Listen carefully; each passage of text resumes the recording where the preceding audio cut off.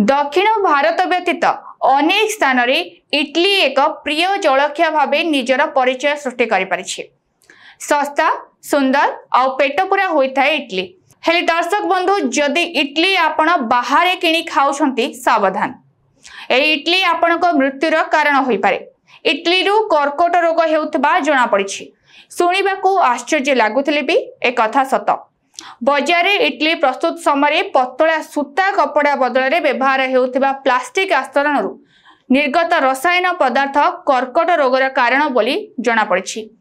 किछि दिन तले कर्नाटक खाद्य सुरक्षा विभाग एही सत को पदा को आनिथिबा बेले ओडिसा रे मध्य एही भय उपजुछि।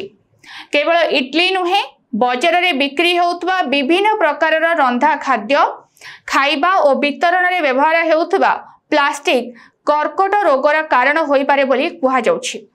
तेबे दर्शक बंधु बाहर खाद्य खाइबा पूर्वरु निज स्वास्थ्य और स्वच्छता प्रति निश्चय ध्यान दियंतु।